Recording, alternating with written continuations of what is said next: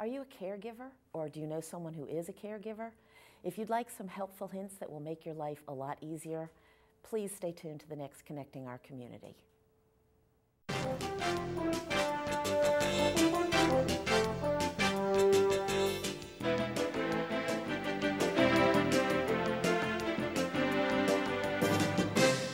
Hi, I'm Pat Shoemaker. Welcome to Connecting Our Community. Our guest tonight is Robin Williams Evans, the author of Living a Happy Life with a Special Needs Child. Welcome, Robin. And so you've written a book, obviously, about an experience that is your life. Yes. So can you start by telling us what the circumstances were, what happened that is? Yeah, absolutely. My husband and I had our son Wyatt back in 2007, and it was a typical pregnancy, and started going into labor and checked into the hospital, and then they lost Wyatt's heartbeat. And so doctors were frantically running around, trying to, recover the heartbeat, sit me in for an emergency C-section. When I came to, I remember the doctor telling me that, Wyatt wasn't doing very well, and that they had to resuscitate him, and that they had to take him to a different hospital. And so I had to stay in one hospital and recuperate from an emergency C-section. My husband had to go to the other hospital, and it was just, downhill from there as far as just the fragility of life. And so when we were discharged, the attending physician had told us that he was not going to hit any milestone. And so we just had to struggle to try to figure out what to do next. The hospital was fantastic as far as giving us advice and recommendations on where to take Wyatt for childcare, and then the childcare, which was through the ARC Montgomery County. And then the childcare was absolutely fantastic, and they were able to give us some extra information too. But it was just really trying to connect the dots in order for life to be a little bit easier, to be able to see, well, what does the future look like? As far as, can we be happy again? We were naturally very happy people. But after Wyatt's traumatic birth, it was, we lost it. And it was super tough to regain it. So I was in a really dark place for at least 2 years after Wyatt was born, until, we both decided as a couple that we were tired of being unhappy. But then we had to strategically take steps in order to find our happiness again. And we had to deliberately live life as opposed to just letting, ourselves get crushed by the 8-ball on a regular basis. Yeah. And so in order to do that, I started, pulling together the different resources that I would get from one pocket of information that I got from one group, from another, and then pulled the resources together, and then was determined to create a blueprint for others to try to regain their happiness as well, and to keep that happiness, and then to start teaching people how to maintain that happiness as well. And that's what I found fascinating about your book. I read it, and you can see that I've marked a few things that I thought were interesting and life-affirming. But you don't spend the book saying, oh, poor me, my poor child, my poor husband, woe is me, wah, wah, wah. You say it in the book just as you just expressed it. And then you move on to, this has happened, what can we do next? Exactly. And I think that's the space that a lot of people never get to. They just, either they don't know who to talk to, they have no one to talk to, they can't talk to spouse or partner or whatever, because everybody, as you say, is in a very dark place. So how did you go beyond that dark space? How did you find the courage to say, this is my son, he is who he is, let's move on? Let's move on. It's funny that you say that, just as far as how did you make the decision to change? Because that's essentially what it is to change. Right. Can't change Wyatt's circumstances, because it is what it is. However, you could change the state that you're in. And so we were tired of being unhappy. Yeah. And so we reached threshold. I reached it a little bit sooner than my husband reached threshold, but that's something that you have to maintain in a marriage, because we did become roommates for a while. And the funny part of it is my husband's a therapist. Oh, gosh. Yeah, exactly. So as a therapist, he can't heal himself. Yeah. Just like a medical doctor can't heal themselves. Although they try. That's right. And so we had to get into therapy. Oh, gosh. You have to be, I think it's good to be proactive as well as reactive with therapy, but we were in the reactive stage.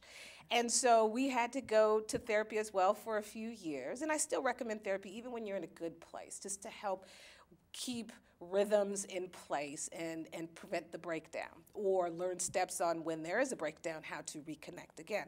So, and we had to learn to start asking ourselves different questions. The why questions get you in this never-ending rabbit hole loop that you'll never get out of. Why did this happen to me? Why me, as Why you said? me? And so you have to turn it around. The corny one is, why not me? Well, no one wants to embrace that necessarily, but it's, at this point in time, I tend to look at the silver lining in the negative situation. When something horrible happens, what am I supposed to learn from this? And so regarding, just as far as being able to accept Wyatt in his current state, we had high hopes for Wyatt, just like any parent would have. But then it became a sobering reality that his path was going to be extraordinarily different from what we wanted for him. So I had, a good friend that would remind me, after Wyatt would hit, his milestones look different from a typical milestone, but when he would hit one, I was so busy looking so far ahead, trying to get him to the next one, almost trying to heal him to move to the next level. And they were like, you need to stop and celebrate what he has accomplished. And so it took me at least about 2 years, but finally it hit, because I was tired of running to every appointment, trying to, get him as much therapy as possible to, back then, fix him, but realizing that he was such a blessing the way he was, and to appreciate him for all that he was able to do, and to be okay with that, not trying to wish that he would be something different. Yeah, something that you knew he would never become, but to totally appreciate what's happening right this minute, and to forge relationships with his caregivers or his teachers when she started pre-K in Montgomery County, to better understand, because we didn't know what he was capable of doing. We're not educators, and so I didn't know what he was able to understand, because he has cerebral palsy, he's hearing impaired, he is in a wheelchair, he has chronic lung disease, he has epilepsy, I don't know if I said he's nonverbal, and so we didn't know exactly how to best communicate with him. And so, and so learning through the caregivers and through his teachers, it's phenomenal how far we've come. He'll be 12 in April. Wow. And he is such a joy, and is so clever, and has such a wicked sense of humor. And so I am so happy the way he is now, and I tell people this all the time, and they think I'm crazy, but if I had the opportunity to hit the reset button, start all over from scratch, have a typical child, I would not. I prefer my life the way it is. But don't you think that, well, you mentioned in the book PTG, post-traumatic growth, as opposed to what a lot of people say, post-traumatic stress disorder or symptoms. That I thought was amazing. But do you think that Wyatt is the way he is because you are the way you are, or do you think that you're the way you are because Wyatt is the way he is? Oh, it's definitely because of the way Wyatt is. Wyatt was the catalyst for my change. He helped to allow me to grow, to become my authentic self with the help of my husband. I don't know if I would have ever reached all the way over to the point where I am now had it not been for Wyatt. So it was because of him that motivated me to make that change. Yeah.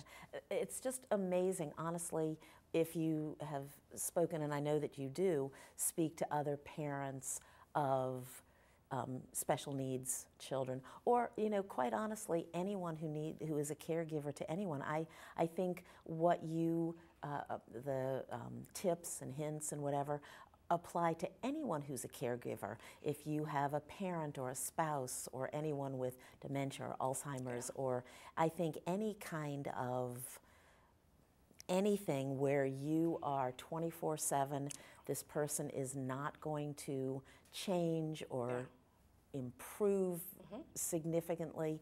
I think the tips that you give in the book and just what you're speaking about apply to everyone across the board. So I don't think it's necessarily the fact that you're a mom, this is your child, but it could apply to anyone. That's what I've been told. I didn't know at the time that I wrote it would be a universal message, but I've had a cousin of mine that spoke about it, and she's like, I could apply this to my own life, and she has a typical son.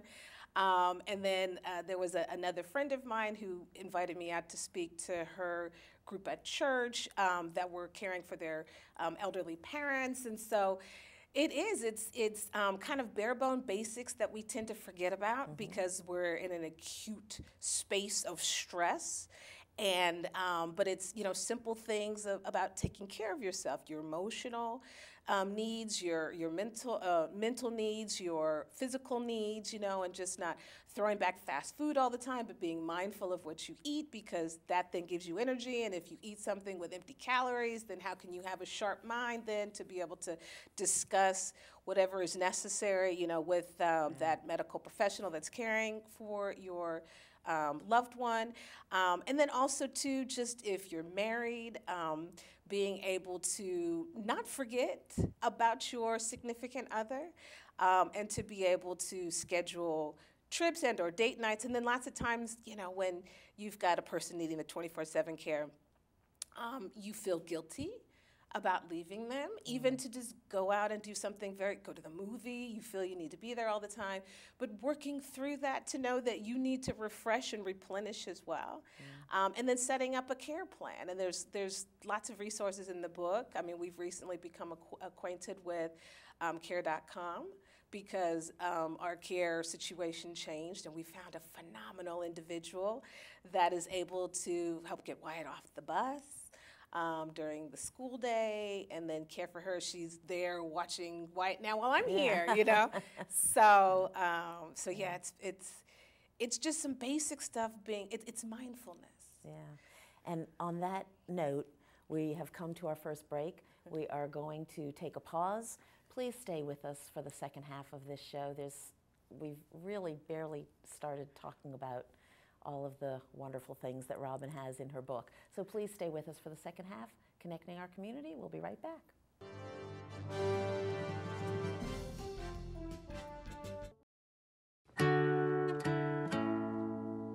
I'm Alejandro Escobedo.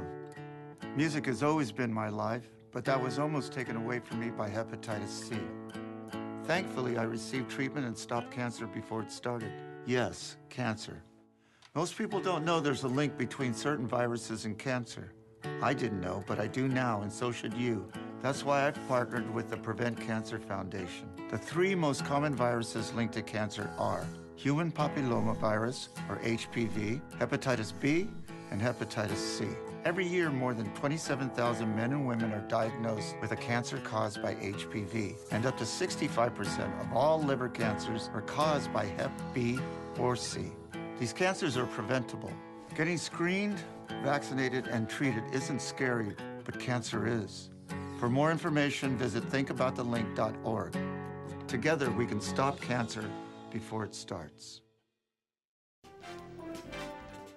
Hi, welcome back to Connecting Our Community. I'm speaking with Robin Williams Evans, and she's written a book about caring for yourself and for a special needs child. But as we were saying before the break, it can apply to anyone. Yes. So putting aside the subject of the book, what prompted you to write the book? Well, because it was nerve-wracking to have useful information, but just spread out all over the place.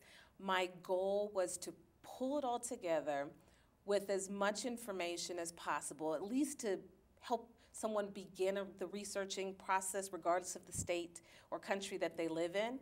And then also, it was my goal, just because, you know, my husband and I are naturally happy people, and because we lost our happiness for a little bit, how to regain it. So I wanted to pull it all together, and I purposely wanted the book to be short, because coming from the perspective of a special needs parent and with a child that was in the NICU for almost 6 weeks, we didn't have time, a lot of leisure time, just to read some books. And so I wanted it to be short, and I wanted to have some succinct areas in each chapter. So if you're skimming quickly, that you can go and get those little tips and be able to apply them to your life as soon as possible. And that is one of the things that I loved about the book. You have the chapter, very short, but then at the end you have point 1, point 2, point 3. So if you couldn't read the whole 2.5 pages, you've got a paragraph right there, highlights, and good. So how did you go about getting the book published?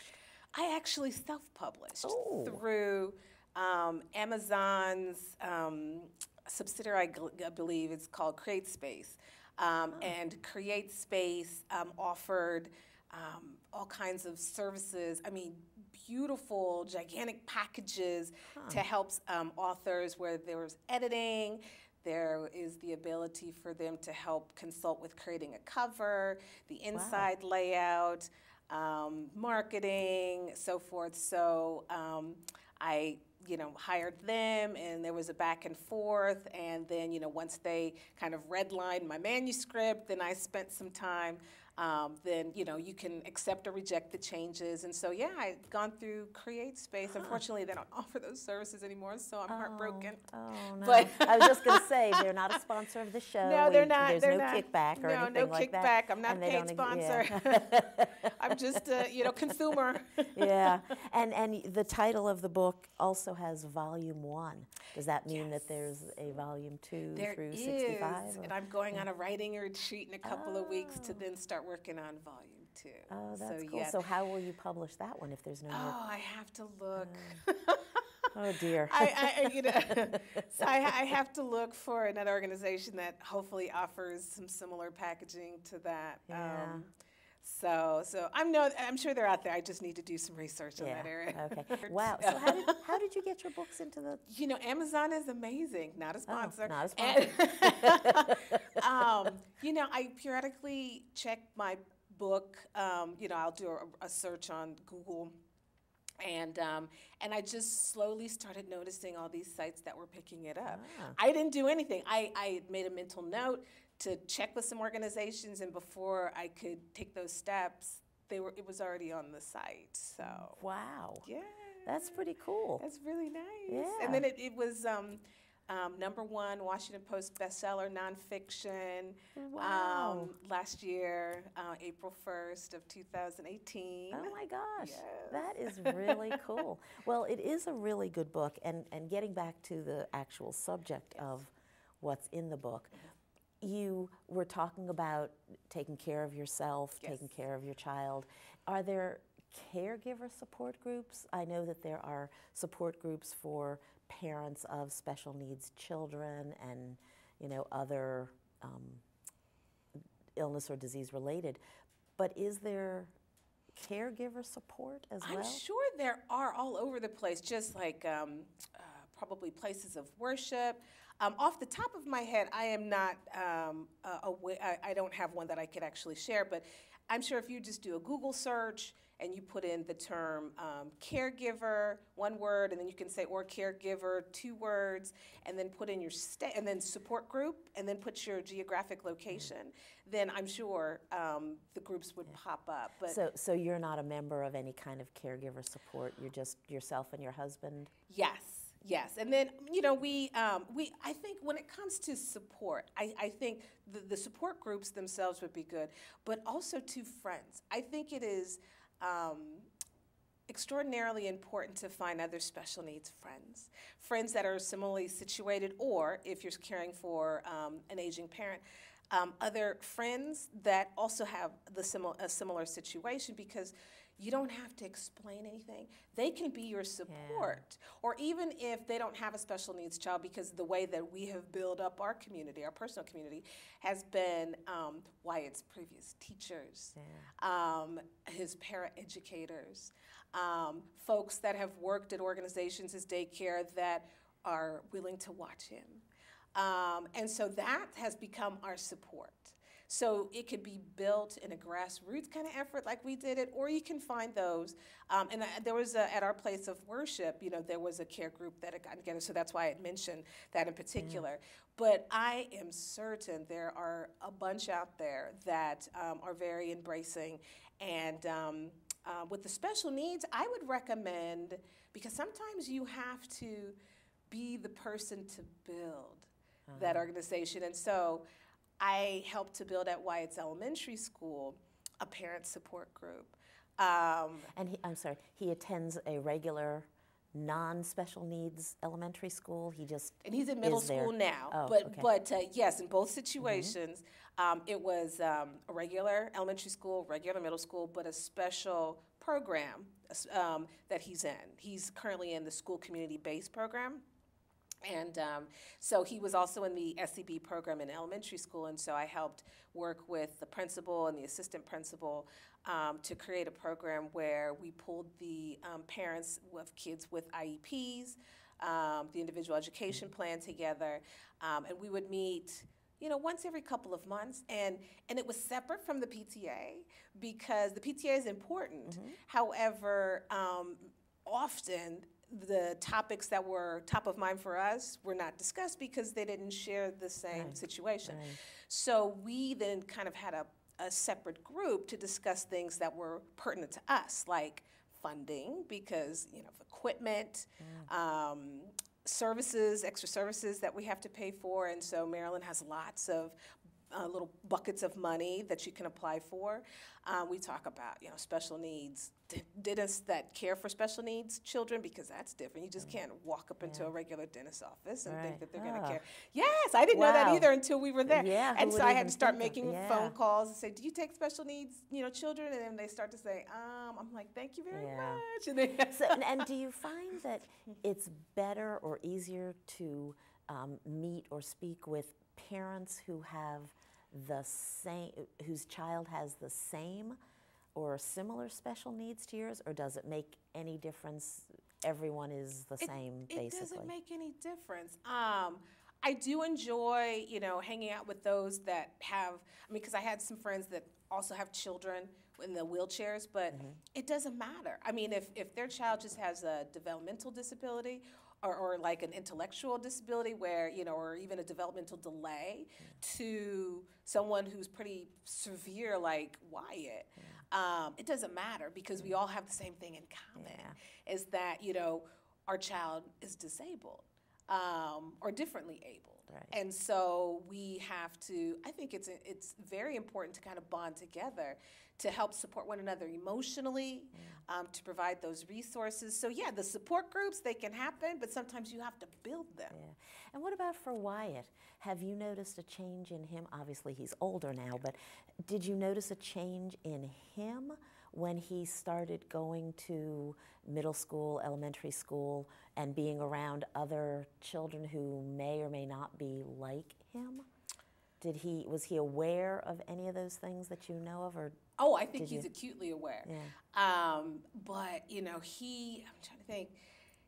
Just the transition from elementary to middle has been phenomenal. We were blessed to have his paraeducator follow him from elementary to middle, and that was a huge blessing. And he has been the bridge to a very successful year. And so Wyatt has adapted very well, and so he's very social, so he loved his elementary school, but he's adjusted very well to middle, and is doing. He made honor roll this past quarter. Oh my gosh, that's incredible!